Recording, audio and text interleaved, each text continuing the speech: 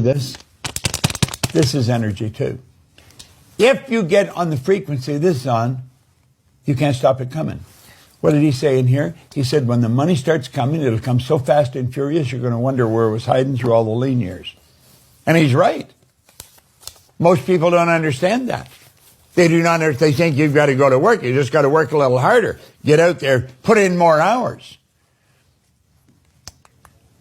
Wrong track. Now look it. Einstein gave us some wonderful information. He said the intuitive mind, that's the higher faculties, is a sacred gift. The rational mind's a faithful servant. That's our senses. Okay? We've created a society that honors the servant and has forgotten the gift. Well, we want to start using these higher faculties. That's how you're going to create the wealth. Now, I showed you this yesterday, and I'm going to touch on it once today, but I want you to get this. I want you to copy this down, and I want you to pay attention to it. And you just repeat this over and over and over again. Genevieve Behrend was a student of Thomas Troward. Thomas Troward, I believe, is one of the greatest authors of the last 500 years.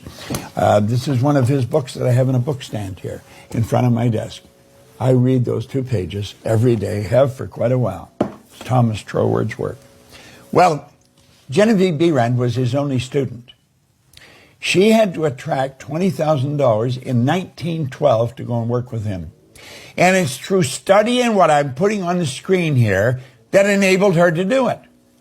Now, I'm not going to say you're going to grasp this overnight. You got to keep reading it over and over and over.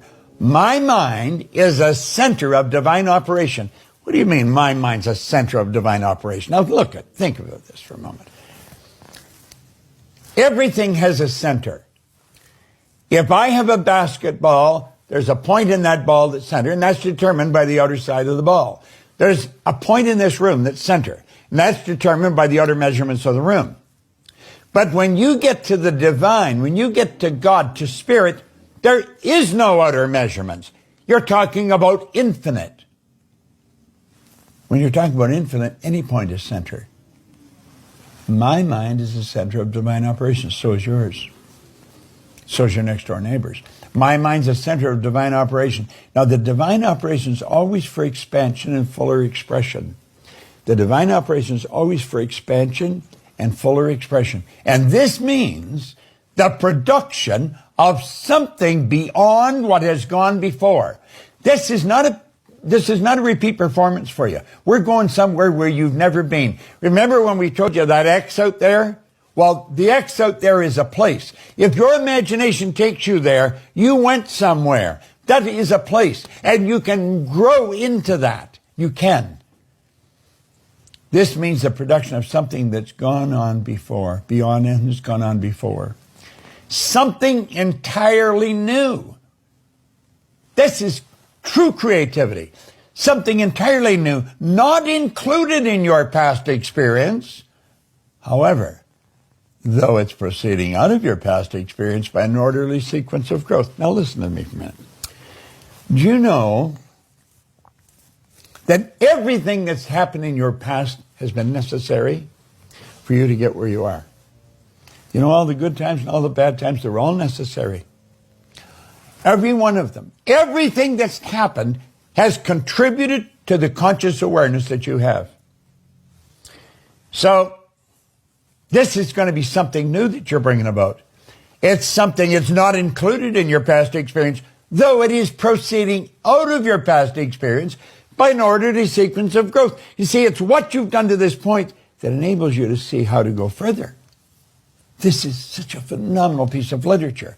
Therefore, since the divine cannot change its inherent nature, see, the laws of the universe were not man-made, so they can't be changed by man. Winter always follows winter. Always. The night always follows the day. Think of this. Since the divine cannot change its inherent nature, now pay attention, it must operate in the same manner in me. Consequently, in my special world, of which I am center, it's going to move me forward to produce new conditions, always in advance of any that has gone before. And when I get in harmony with this power, that's what's going to happen. I would recommend you write this down. It may be out of the park to you right now. It's going to be closer than your breath if you keep studying it. This I know to be true. I've worked with it for many, many years. Okay? Now, one of the laws is the law of compensation. Your income is governed by law. Yet it's a law that you're never going to change. The law of compensation is very clear. This law clearly states that the amount of money you earn is always going to be in an exact ratio to three things. Number one, the need for what you do.